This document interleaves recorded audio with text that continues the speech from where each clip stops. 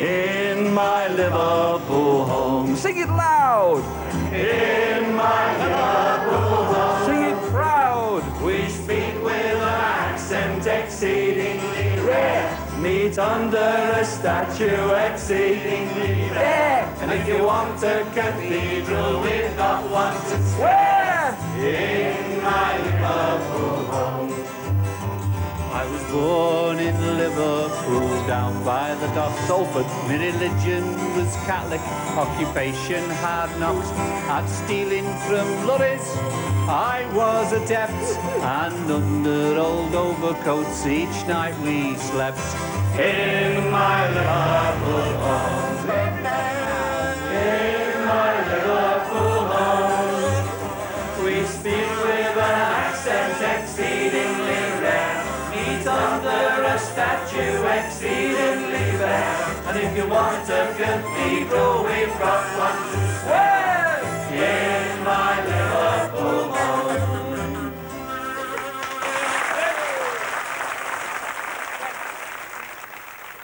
A D to an E minor 7. He suggested do an A7. An A minor. An A minor, yeah. A minor. It would be a B minor. It would be well, for you to That's with the little finger there.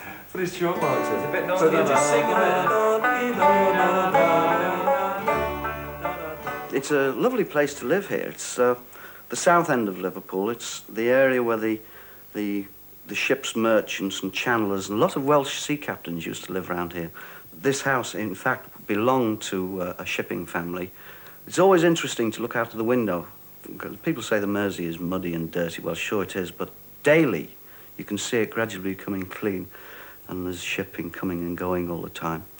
I've got a flagpole in the garden, and the ships of all nations, even Russians, as well as the European countries, Germans, Dutchmen, a lot of Greek ships come in. As I was thinking of getting flags of all these different nations, and when we see one coming in, sort of hoist the flag up quickly. Then I thought, well, Chris, my wife, she said, well, it mightn't be such a good idea, because if I'm away, and the sailors may think perhaps it's a place of refuge for them, and we have a stream of Greek sailors knocking on the door. In my Liverpool home, we speak with You can ask any one of us about Liverpool, because we all lived here for so long and soaked up the atmosphere. I suppose we all feel a little bit scousified. That's right. I wasn't born here, but I came here when I was 3. I think we all feel the same way about the area. I mean, we stay away from it very long and we get terribly homesick. I suppose you've often been asked, haven't you, Lance, about why you've never moved to the big smoke and gone down where all the action is, as they say, and of course it's all rubbish, isn't it? The reason why I stay in Liverpool, actually, is the climate. It agrees with me. You got a tan? Oh, yes. You get a tan like that you coming don't get a from tan like Widnes. this anywhere else, you know. Well, brown boy, where will you go? Where fingers don't freeze and joy berries grow. Can't you see that I walk with the sun in my face? Can't you tell by my speed I don't race? Well, brown boy, what do you love? The splash of the rain and the coo of the dove. Well, brown boy, what will you do? Sail in the skies with the stars for my crew. Can't you see that I walk with the sun in my face? Can't you tell by my speed I don't race? Cliff came into the Spinners really because I was obsessed at the time with Crow Jim, you know, the reverse of Jim Crow. Anything black was beautiful, anything was wonderful. And I met Cliff on a building site and sort of started fawning on him almost. And I could see the glow in his face. And I thought to myself, no, well, I better watch this guy. So I wasn't too sure of him either. in a very short time when we became friends, he said to me, look, he said, people like you are more of an embarrassment and more problem than people who call me a nigger. He said, because you are just so ridiculous about black people. He said, there are bad black people as well as good ones, and the sooner you realise it, the better. I just kept him at a distance for a while, and eventually when I got to know him, he was interested in music. And then I found out, purely by accident, that he sang. He had a guitar lying on the bed one day when I went in, and he tried to hide it. I said, what's that, you know? Do you sing West Indian songs? He said, no, I like country and western songs best. He says, you know about jazz, folk, American blues and this. I said, I don't know anything about it. So I turned to him and said, listen, not because I'm black, I'm supposed to know about these kind of things. Not necessarily, no. He says, well, couldn't believe it. He says, all right then, I'm going to join, form a folk group and I would love you to join it. So I thought to myself, my gosh, this man must be mad. Can't you tell by my speed I don't race?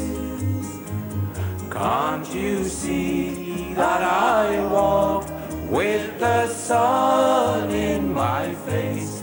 Can't you tell by my speed I don't race? Thank you. I think I can say without fear of contradiction, that's a rare thing in the Spinners. We see ourselves as entertainers who use a very large percentage of folk songs in our act. It's reasonable. It's a very brief description, isn't it? Yeah, but it's not an act in terms of carefully worked out and scripted. I mean, we rehearse a bit. Oh, we rehearse the music, but we don't rehearse ad libs and chat and that kind of thing. That just wells up from within us, and some nights it's great and some nights it's terrible. Just then there came such an awful crash. Oh, Crash. is that the best you can do?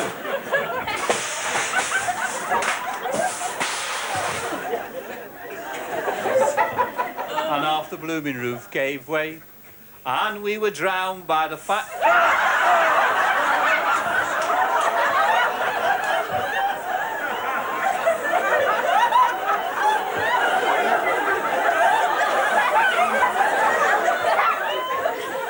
Raindrop keep falling on my head. Nearest we come to a script is if we do something that happens on stage, we will then say, right, keep it in, and we will repeat it again. Not necessarily the same people saying it. I mean, Huey may lead up to a joke and make him with a punchline that's just completely spontaneous.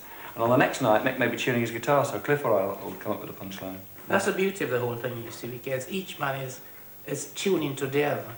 There's another folk group who we're not going to name, who were very, very celebrated a few years back, an international group, and their act was so rehearsed. It was incredible. I had a marvellous recording they'd made in America, and I was raving about this record, and I went to see them when they appeared in England.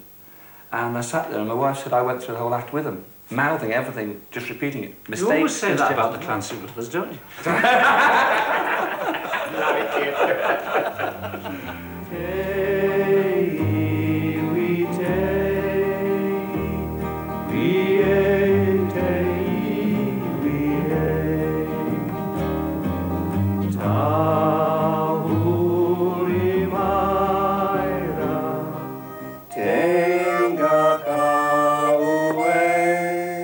When we first started, none of us would dare sing a song in a recording studio unless we had the actual guitar with us and played that song, because we found singing to backing tracks and this kind of thing that we'd heard about was absolutely anathema.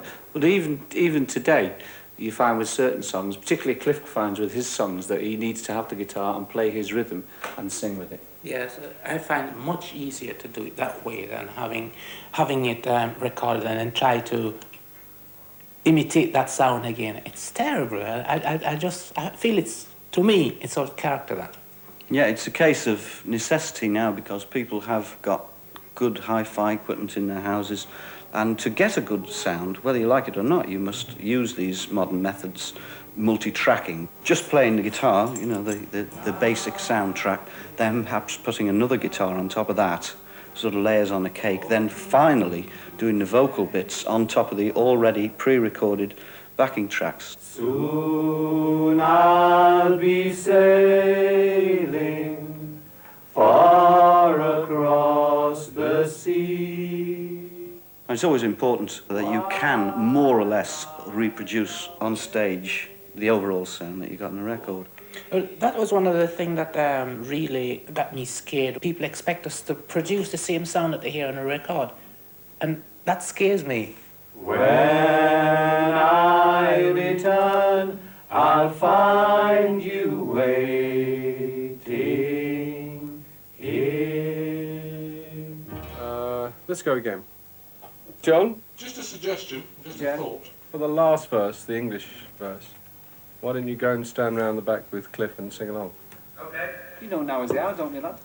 Get you on Because records this now is as the well. last track on Get the you album. films, get you on records. Quite possibly. One of the nice things that's happened to us in the last 9 or 10 years is John McCormick has come along into our ken. Prior to him arriving, we used a succession of bass players. At first, we didn't have a bass player at all, but when we started doing radio and recording, we found we needed that dimension of depth. Cliff's voice is deep, but it's just one voice against the rest of us, and a bass is a marvellous thing. So John came along, and we liked him, and gradually John took over more and more and more of the bass playing, and eventually it became logical that he should do it all. And so he's been with us permanently now for about 8 years. A lot of people ask me, how does it feel to be part of the Spinners setup and not part of the group itself? But in fact, it's a very good relationship. Morning, John. Morning, Mijo. Because I'm not in the group itself, they use me as a sort of independent arbiter on so many issues. They may disagree them amongst themselves, and they can never come to a decision. But because I'm still not a full spinner, they will say, okay, John, the final decision rests with you, and what is your opinion? We regard John as a very, very respected and loved colleague, you know. He's also a great referee. When the four of us get each other's throats on some issue, you know, usually like, where should we stop for a cup of tea on the motorway? That's the big issue, always, you know, where are we going to stop? We stopped there last time and the food was terrible, and someone said, I don't feel like eating, I had a late breakfast.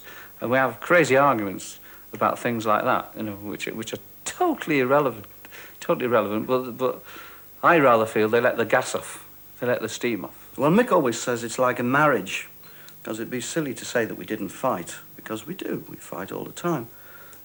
Very seldom about the music. We have an affinity in the music. We come together in the music.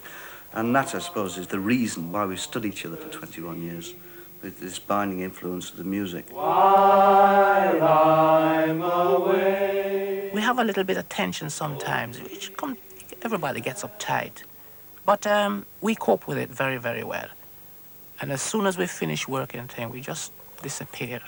And each person go home to your family and relax. Being all family men, I suppose we made up our mind a long time ago, when we first turned professional, that if we could possibly do it, we would take off the school holidays so we could see our kids growing up and everything.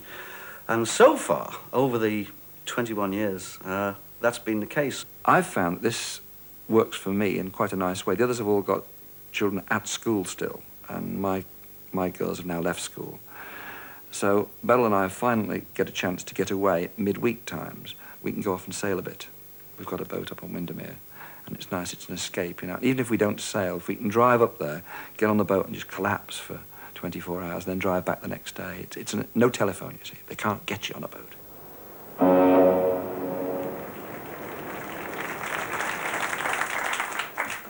At the beginning of December in the year 1909, a small steamer set out from Ramsey in the Isle of Man with the intentions of tying up in Liverpool.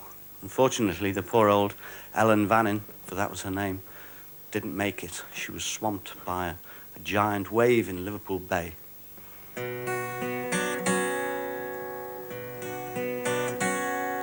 Snaefell, Tynwald, Ben Macree, 14 ships have sailed the sea, proudly bearing a Manx name. But there's one we'll never again.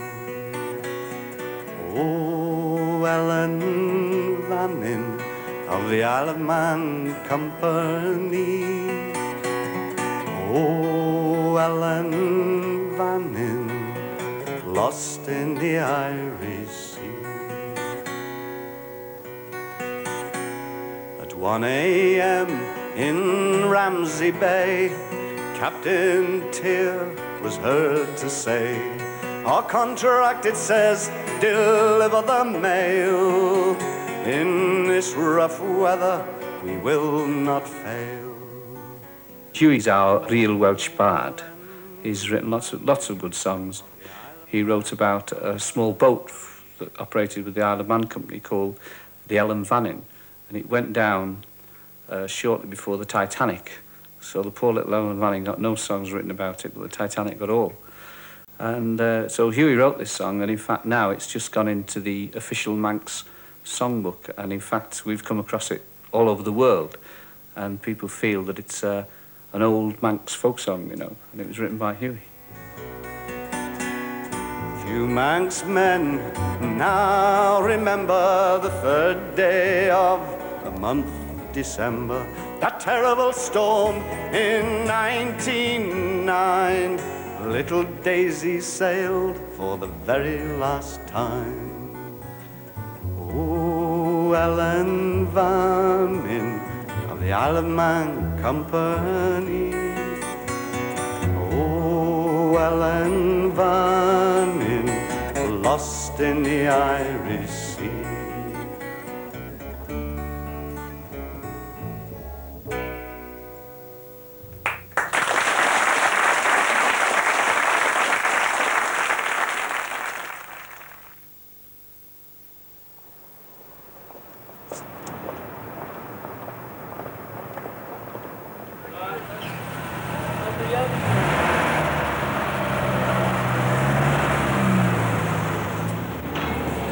Here comes the beat. Gently build it out.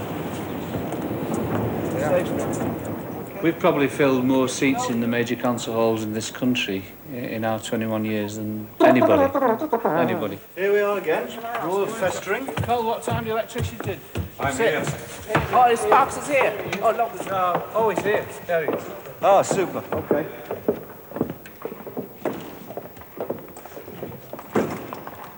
Let's have a look at these mics. You've remembered which side we have the mic on. This is very good. But not here. Oh no, that one's wrong. We'll have to change that one over. All these has got to be set right. There is G, C. 1, 2, 3, 4. Yeah. 1, 2, 3, 4. This seems a bit louder than the ones on my right. 1, 2, 3. 1, 2, 3. Oh no. 1, 2, 3. No, it's not in it. There is a man you'll hear about. Almost. What? Yeah. Can you take this one up just half a crotchet? There is a man you'll hear about. Almost every place you go.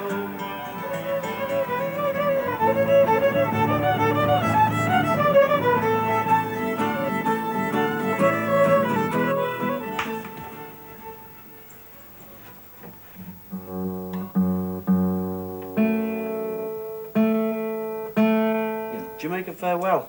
You can't do that as an encore. Well, I was just thinking, it's great. Not after leaving. Not after leaving Liverpool and before now as they are. Liverpool package just means everybody remembering you. We made a right Yes. school of it last time. Well, I reckon if you can do verse, chorus, and cut down the way you do is the best way of doing it. Ah, no. This one's got a buzz on it. Before we go on stage at concerts, we've all got our different ways of psyching up to the moment you go on, and we're very different.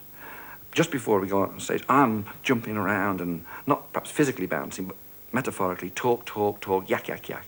Cliff likes to sit in a corner quietly and play his guitar. Mick likes to tune up and make sure everything's done ready for that and that the lighting's right, because that's his responsibility. And Hughie's always having a last look at the programme, getting it locked into his head so as he knows how we're going to approach it. And while they're doing these incredibly quiet, introverted things, I'm making noises and shouting and banging around, and it really can be annoying. But, you know, they've stuck it for 22 years.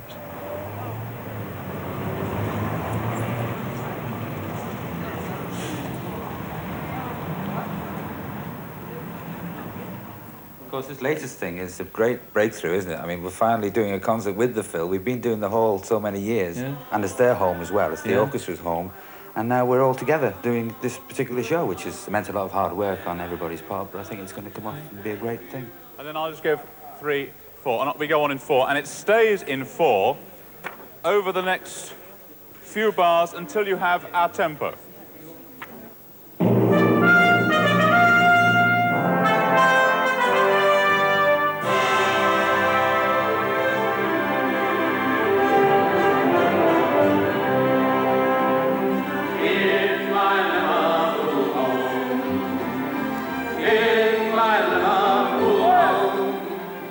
Last was showing some people that a lot of the music that they hear in what they call the classical repertoire came from folk music. I mean, all over the world in different countries, composers have not pinched, because I think they've been well aware of what they're doing, of using folk song to enhance the classical repertoire. And I'm very chuffed that in fact we're going to do this with the film. Oh, Maggie, Maggie, May, they have taken her away, and she'll never walk the lands anymore. I don't suppose many people even now realise that this concert at the Phil, we're doing it to raise money for the orchestra, to send them abroad on a tour. What bothers me is we may have to fly out to Hamburg to do a concert to bring them back again. In my Liverpool home, don't do that, man. In my Liverpool home, we speak with an accent. People ask us quite a lot about charity sort of things, and like all show business people, we get asked to do charity things.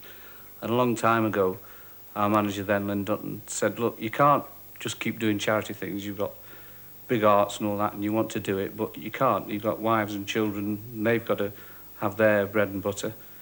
And he said, you should pick, like some other people do, a specific charity. And so we contacted the local War and Want people. And to me, particularly as a Catholic, it was quite funny in that the local War and Want people are involved directly with Mother Teresa. So since we started doing it, we've been raising money to buy field ambulances for Mother Teresa. Now, we in the Spinners have rather severe colour problem. It's nothing to do with Cliff's complexion, in fact. It's 2 other colours. It's the orange and the green. 2 of us are prods and 2 are Catholics. I mean, I'm not going to tell you which one's which, but 2 of us are, and so 2 are orange, you see, and 2 are green.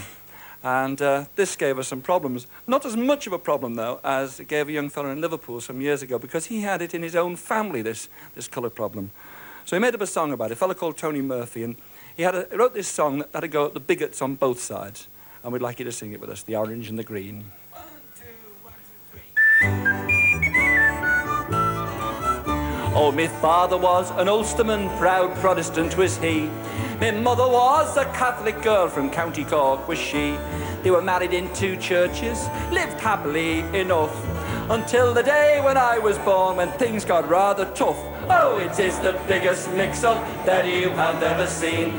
Me father, he was orange, and me mother, she was green. Baptised by Father Riley, I was whipped away by car, to be made a little orange man, me father's shining star. I was christened David Anthony, but still in spite of that, to me father it was William, while me mother called me Pat. Oh, it is the biggest mix-up that you have ever seen. Me father, he was orange, and me mother, she was green. We used to sing the orange and the green song a great deal. It's become a little more difficult lately to sing a humorous song about a subject where people are killing themselves over, an issue which people are killing each other over. You could stand up and sing the orange and the green on a stage, come off stage and find there'd been another bomb outrage somewhere, you know, and the joke's no longer funny. One day me mam's relations come round to visit me, just as me father's kinfolk were sitting down to tea. Well, we tried to smooth things over, but they all began to fight, and me being strictly neutral, I bashed everyone in sight. Oh, it is the biggest mix-up that you have ever seen. I don't think about, doing this for God or anything else when I get up on the stage. I think any religious feeling is something which you've got either inside you or not, and that's something which you you try to live in your daily life, obviously, as well as on Sunday. The religious side of folk music is something that we've never consciously gone out to cultivate this, but I think inevitably it happens because of the music, and we do a number of songs that have been made by people like Sidney Carter. He adapted or put new words to an old Shaker hymn called Simple Gifts, and he came out as the Lord of the Dance, and they teach this in schools everywhere. It's a tremendous song, full of rhythm and life, and so it's a good song to use as an encore. If you come off the stage and time it just right, while the audience is still sort of clapping you off, you come bursting on and come straight into this dance then wherever you may be. Dance then wherever you may be. I am the Lord of the dance, said he, and I'll lead you all wherever you may be, and I'll lead you all in the dance, said he. I dance for the scribes on the Pharisees. They wouldn't dance and they wouldn't follow me. I dance for the fishermen, for James and John. They came with me and the dance went on. Dance then wherever you may be. I am the Lord of the dance, said he, and I'll lead you all wherever you may be, and I'll lead you all in the dance, said he. When we're on stage, it's magic. When we're in front of the cameras, anything like that. When we're actually working for other people, that's what it is. They pay my wages, I owe them, and we all feel the same way. We like people. So we'll just try to do what we're doing now, only perhaps a little bit better, and see how things go. I danced on the Sabbath and I cured the lame. The holy people said it was a shame. They whipped and stripped and hung me high, left me here on a cross to die. Dance then wherever you may be. I am the Lord of the dance, said he, and I'll lead you all wherever you may be, and I'll lead you all in the dance, said he. I danced on the Friday when the sky turned black, and it's hard to dance with the devil on your back. I buried my body and they thought I'd gone, but I am the dance and I still go on. Dance then wherever you may be. I am the Lord of the dance, said he, and I'll lead you all wherever you may be, and I'll lead you all in the dance, said he. They cut me down, but I leapt up high. I am the life that will never, never die. I'll live in you if you live in me. I am the Lord of the dance, said he. Dance then wherever you may be. I am the Lord of the dance, said he, and I'll lead you all wherever you may be, and I'll lead you all in the dance, said he.